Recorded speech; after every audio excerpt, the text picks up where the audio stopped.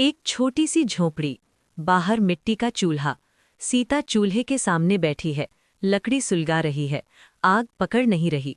अरे, सुबह सुबह भी नखरे दिखाती है आग।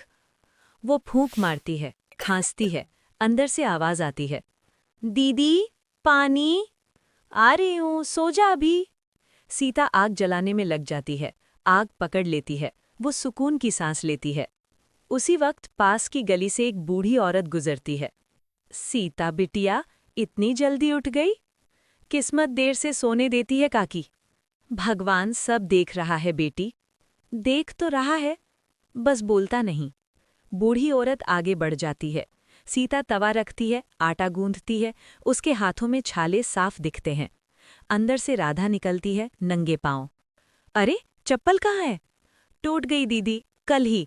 सीता कुछ नहीं बोलती, अपनी पुरानी चप्पल उतारकर राधा के पैरों के पास रख देती है। और आप? मेरे पैर बड़े हैं, जमीन आदत डाल लेती है।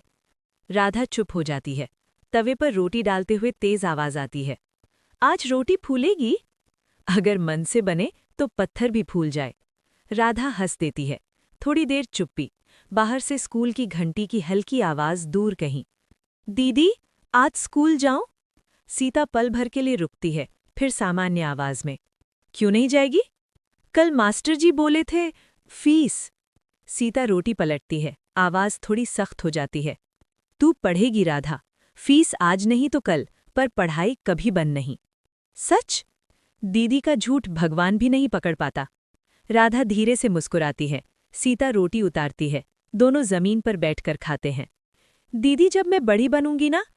जब नहीं तो बड़ी बन ही चुकी है। नहीं, मतलब जब अफसर बनूंगी। अफसर बनेगी तो क्या करेगी? आपको आराम करवाऊंगी, आप कुछ नहीं करोगी।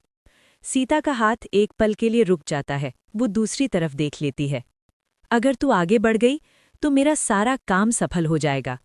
ये सिर्फ एक सुबह नहीं थी, ये दो बहनों की जिंदगी का रोज का इम्तिहान था। धूप अब ठीक से निकल आई है। गांव की चौपाल, एक बड़ा पीपल का पेड़, कुछ आदमी बैठे हैं। सीता सिर पर टोकरी रखे गोबर के उपले लेकर चौपाल के पास से गुजरती है। देखो, वही लड़की है। बाप के जाते ही माँ बन गई। पर कब तक? लड़की है, बोझ ज्यादा दिन नहीं उठता। सीता रुकती है, टोकरी नीचे रखती है। बोझ वो होता है जिसे ढोया जाए, मैं तो अपना समझकर उठाती हूँ। चौपाल पर कुछ पल के लिए लोग चुप हो जाते हैं। उसी समय सरपंच आता है। सीता, तेरे घर का लगान बाकी है। मालूम है सरपंच जी, कटाई के बाद दे दूंगी। नियम सबके लिए एक है, मेहनत भी सबकी अलग अलग होती है। सरपंच कुछ नहीं बोलता। पास बैठा एक नौजवान बोल उठता है, अगर मदद चाहिए तो बता देना। उसकी नज़र ठीक नहीं है। मदद हाथों से होती है, नज़रों से नहीं। नौजवान चुप हो जाता है। थोड़ी दूर राधा स्कूल की तरफ जा रही है। उसकी फटी कॉपी देखकर एक गांव वाली रोक लेती है। इतनी पढ़ाई किस लिए? आखिर चूल्हा ही संभालना है। चूल्हा संभालना भी पढ़े लिखे हाथों से अच्छा लगता है। गांव वाली हक्की बक्की रह जाती है। सीता ये सब देख रही है। उसकी आंखों में गर्व और चिंता दोनों है। एक बूढ़ा आदमी बोलता है, लड़की जिद करे तो गांव बेचैन हो जाता है। और अगर जिद न करे तो जिंदगी। सीता टोकरी उठाकर आगे बढ़ती है। पीछे से आवाज आती है, सीता, शाम तक इंतजाम कर लेना। इंतजाम हो जाएगा। रास्ता और सोच। सीता कच्ची गली से गुजर रही है। भगवान, बस एक रास्ता खुला रखना। वो रुकती है। सामने शहर की सड़क दिखती है। चौपाल में उसे जवाब देने पड़े, पर जिंदगी के सवाल अभी बाकी थे। रात को सीता जमीन पर बैठी राधा की स्कूल कॉपी सिल रही है। धागा कमजोर है, बार बार टूट जाता है। साथ भी तुम जैसा ही, कमजोर पर जरूरी। राधा पास में लेटी है। दीदी, आज मास्टर जी ने मेरा नाम लिखा। सीता रुक जाती है। किस लिए? कहा मैं अच्छा पढ़ती हूँ। सीता के चेहरे पर हल्की मुस्कान आती है। तो फिर सपना भी बड़ा देखना। राधा फिर सो जाती है। बाहर से खांसने की आवाज। साहूकार ठेकेदार दरवाजे कर खड़ा है। सीता, जाग रही है? हाँ। वो बाहर आती है। शहर में काम है, सुबह की गाड़ी से चलना होगा। कैसा काम? घर घर बर्तन झाड़ू। मेहनत की कद्र वहाँ पैसों में होती है। सीता चुप रहती है। सोच ले, यहाँ रहकर क्या बदलेगा? वो चला जाता है। सीता देर तक उसी जगह खड़ी रहती है। फिर झोपड़ी के अंदर आती है। ये हाथ थक चुके हैं पर हार नहीं सकते। वो राधा को देखती है। तेरी किताबों का वजन मेरी थकान से भारी है। सीता उठती है, कुछ पैसे निकालती है। इतने में शहर भी नहीं दिखता। राधा अचानक उठ बैठती है। दीदी, आप रो रही हो? नहीं, धुआं आंखों में चला गया। आप कहीं जा रही हो क्या? सीता चुप हो जाती है। आप मुझे छोड़कर नहीं जाओगी ना? कभी कभी किसी को आगे बढ़ाने के लिए खुद पीछे जाना पड़ता है। मत जाओ दीदी, मैं पढ़ाई छोड़ दूंगी। ये बात दोबारा मत कहना। तेरी पढ़ाई मेरी जिंदगी है। राधा रोने लगती है। शहर बहुत दूर है, सपनों से कम। सीता राधा को सीने से लगा लेती है। कुछ फैसले आवाज नहीं करते, बस रातों की नींद ले जाते हैं। सीता बाहर जाती है, आसमान की तरफ देखती है। सुबह चलेंगे। गांव की एक बेटी ने शहर से समझौता कर लिया। बस अभी आई नहीं है। कुछ मजदूर खड़े हैं। सीता एक पुरानी साड़ी में, हाथ में छोटी सी पोटली। राधा खड़ी है। दीदी, शहर में भी सुबह ऐसे ही होती है? वहां सुबह काम के शोर से जागती है। राधा और सीता को पास की चाय वाली औरत 2 कप चाय देती है। सफर लंबा है बेटी, पी ले। एक ही काफी है। वो कप राधा की तरफ बढ़ा देती है। आप नहीं पियोगी? मेरा हिस्सा तू पी ले। राधा चुपचाप चाय पीती है। दूर से बस के आने की आवाज। वो घबरा जाती है। दीदी, आप कब वापस आओगी? जब तू मुझे बुलाने लायक बन जाएगी। अगर मैं जल्दी बन गई तो मैं भी जल्दी लौट आऊंगी। बस पास आती है। कंडक्टर चिल्लाता है, शहर शहर, आखिरी सवारी। सीता पोटली संभालती है। मत जाओ दीदी। सीता झुककर राधा के माथे पर हाथ रखती है। रो मत, तेरी आंखों में मेरी ताकत है। वो अपनी पुरानी चप्पल निकालकर राधा के पैरों के पास रख देती है। और आप? मेरे पैर बड़े हैं, जमीन आदत डाल लेती है। राधा सीता को जोर से पकड़ लेती है। अगर आपको कुछ हो गया तो? कुछ नहीं होगा, मुझे लौटना है। बस का हॉर्न फिर बजता है। जल्दी करो बहन। सीता राधा को अलग करती है, उसकी किताबों को सीने से लगाती है। ये मेरी असली पोटली है। वो बस की सीढ़ी पर पैर रखती है। दीदी, आप मेरा सपना हो। सीता पलटती है, आंखों से आंसू गिरते हैं, पर आवाज मजबूत है। नहीं राधा, अब तू मेरा सपना है। सीता बस में चढ़ जाती है। बस चल पड़ती है। राधा सड़क पर खड़ी बस को जाते हुए देखती है। वही गांव, पर बदला हुआ। कुछ पक्के घर, कुछ वही पुरानी झोपड़ियां, वही पीपल का पेड़। गांव की सड़क पर एक सफेद गाड़ी आकर रुकती है। लोग देखने लगते हैं। अरे, ये गाड़ी किसकी है? किसी अफसर की लगती है। गाड़ी का दरवाजा खुलता है। राधा उतरती है। सादा कपड़े, चेहरे पर आत्मविश्वास। वो आगे बढ़ती है। चौपाल के पास लोग इकट्ठा हो जाते हैं। अरे, ये तो सीता की बहन है। वही छोटी सी लड़की? हाँ काकी। राधा की नजर उस टूटी हुई झोंपड़ी पर जाती है। दिल भारी हो जाता है। वो झोंपड़ी के सामने रुकती है। दीदी? कोई जवाब नहीं। पास की बूढ़ी औरत निकलती है। वही काकी। शहर गई थी बेटी, वापस नहीं आई। राधा का चेहरा सुन्न हो जाता है। मतलब? खत आते थे फिर बंद हो गए। राधा के हाथ कांपते हैं। वो जमीन पर बैठ जाती है। राधा झोपड़ी के अंदर जाती है। दिया बुझा हुआ। वो संदूक खोलती है। अंदर एक कपड़े में बंधा कागज। वो पढ़ती है। सीता का खत। राधा, अगर तू ये पढ़ रही है तो समझ लेना, मैंने अपना वादा निभाया।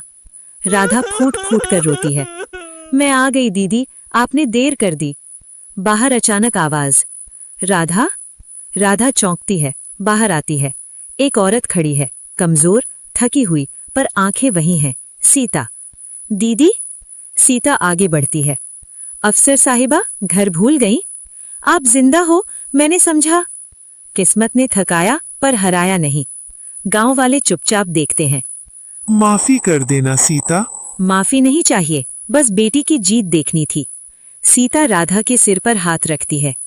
अब मेरी बारी है आराम करने की। राधा रोते हुए हंसती है। अब आप कहीं नहीं जाओगी। सीता आसमान की तरफ देखती है। 2 बहनों की किस्मत अलग थी, पर मंजिल एक। धूप तप रही थी। चौराहे पर भीड़ लगी थी। शहर में सबको समोसा पसंद था, पर समोसे वाला रघु सबसे ज्यादा पैसे पसंद करता था। रघु तली में समोसे डालते हुए चिल्लाता, अरे भाई, समोसा 5 का नहीं 10 का, और चटनी चाहिए तो 5 रुपए अलग से देना होगा। भीड़ में खड़ा मुन्ना बोला, लेकिन रघु भैया पहले तो 5 रुपए में 2 समोसे देते थे। पुराना जमाना गया, अब हर चीज महंगी हो गई, मेरी लालच भी। भीड़ हंस देती है, आधी मजबूरी में आधी आदत में। रघु के पुराने दोस्त गोपाल पास आता है। रघु, इतना लालच ठीक नहीं, लोग नाराज हो जाएंगे। नाराज होने पर तब भी आएंगे, क्योंकि मेरे समोसों की उन लोगों को आदत पड़ गई है। समोसों की या उनकी मजबूरी की? रघु अनसुना कर देता है। स्कूल से छुट्टी हुई तो 3 बच्चे आए। भैया 5 समोसे देना, घर में मेहमान आए हैं। बेटा, एक समोसे 10 रुपए का है। बस, मगर हमारे पास 30 रुपए है। तो जाओ मेहमानों से कहो आज फलाहार कर लें। बच्चे मायूस होकर लौट जाते हैं। पीछे खड़ी बूढ़ी दादी सब देख लेती हैं। बेटा, कम कमाओ पर दुआ कमाई करो। रघु फिर अनसुना कर देता है। आधी रात रघु दुकान बंद कर रहा होता है। अचानक हवा चलती है। आगे से अचानक एक बाबा आता है। मैं समोसा देन हूँ। क्या समोसे के भी देव होते हैं? जहाँ लालच होता है वहाँ देवताओं को ड्यूटी करनी पड़ती है। बाबा हाथ उठाते हैं। कल से तेरे समोसे जितना ज्यादा बेचेगा उतनी मुसीबत बढ़ेगी, और याद रख, वापसी का रास्ता सिर्फ भलाई में है। रघु हंस पड़ता है।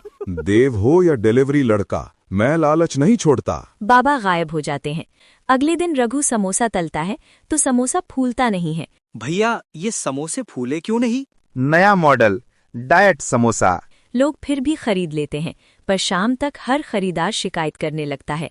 एक ग्राहक, तुम्हारे समोसे खाकर मेरा माथा सूज गया। दूसरा ग्राहक, मेरे तो पेट खराब हो गए। शहर में अफवाह फैल जाता है, रघु के समोसे अब शकुनी हैं। रघु परेशान हो जाता है, पर दाम फिर भी नहीं घटाता। गोपाल फिर आता है। देखा, बाबा सच कह गए थे। मुझे लगता है सब मेरे खिलाफ साजिश है। नहीं, ये तेरी ही बनाई सजा है। रघु पहली बार चुप हो जाता है।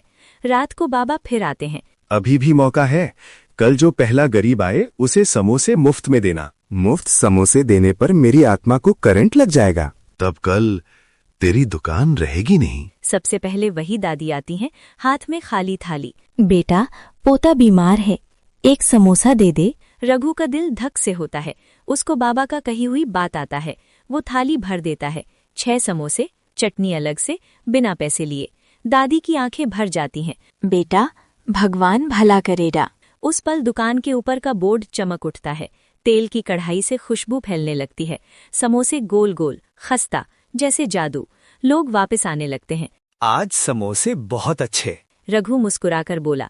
आज से समोसा 10 का, लेकिन दिल का मुफ्त। वो रोज 5-10 समोसे मुफ्त जरूरतमंदों को देने लगता है, और उसका व्यापार धीरे धीरे पहले से ज्यादा चल पड़ता है। शाम को बाबा आखिरी बार दिखते हैं। सीखा? हाँ, लालच समोसे की भाप जैसा है, कुछ पल में उड़ जाता है, पर भलाई खुशबू छोड़ जाती है। बाबा मुस्कुराकर चला जाता है, और इस तरह लालची समोसे वाला अब सबका रघु भैया बन गया। एक दिन शाम को रघु समोसे तल रहा था, तभी उसका फोन बजा। बेटा, गांव आजा, तेरा चचेरा भाई शादी कर रहा है और लोग कह रहे हैं बिना तेरे समोसों की शादी अधूरी रहेगी। रघु हंस पड़ा, पर मन में गर्व भी होता है। माँ, इस बार सिर्फ समोसे ही नहीं, थोड़ी सीख भी लेकर आऊंगा। दुकान गोपाल को सौंपकर वो गांव के लिए निकल पड़ता है। बस गांव पहुंची। कच्ची सड़कें, खेतों से आती हवा, और बच्चे दौड़ते हुए बोले, अरे, शहर वाला समोसा भैया आ गया। सब लोग उसे ऐसे देख रहे थे जैसे कोई बड़ा अफसर आया हो। रात को आंगन में चारपाई पर बैठकर रघु आसमान देख रहा था।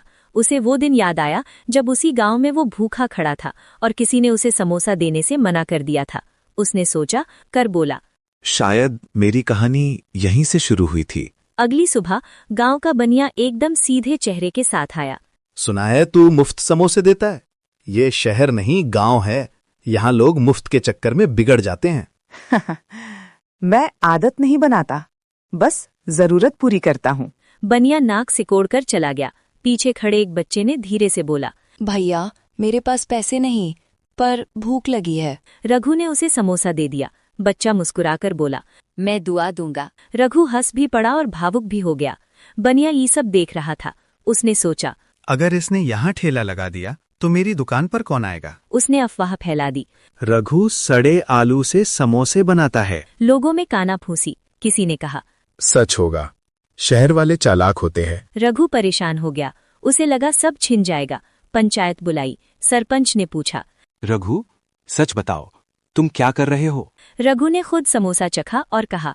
अगर इसमें खराबी निकले मैं यहीं दुकान बंद कर दूंगा। पंचायत के बुजुर्गों ने चखा, फिर बोले। ये तो बहुत स्वादिष्ट है। अब सबकी नजर बनिए पर। बनिया डराते बोला। मैं तो यूं ही। सरपंच बोले। झूठ फैलाना, गांव को बांटना है। सरपंच ने बनिए को माफी मंगवाई। रात को खेत के किनारे रघु अकेले बैठा था। तभी वही समोसा बाबा आए और बोला। शहर में सीखी चीज गांव में काम आई क्या? हाँ बाबा, मैंने देखा, भूख हर जगह एक सी होती है। बाबा हंसे और बोला। याद रख, जहां दिल बड़ा वहीं समोसा खस्ता। और बाबा चले गए। रघु समझ नहीं पाया।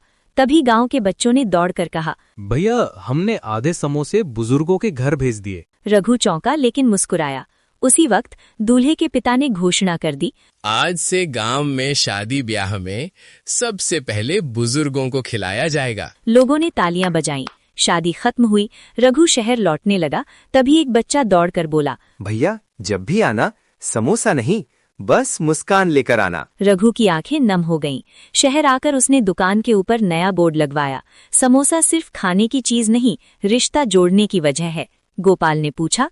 रघु, और गांव कैसे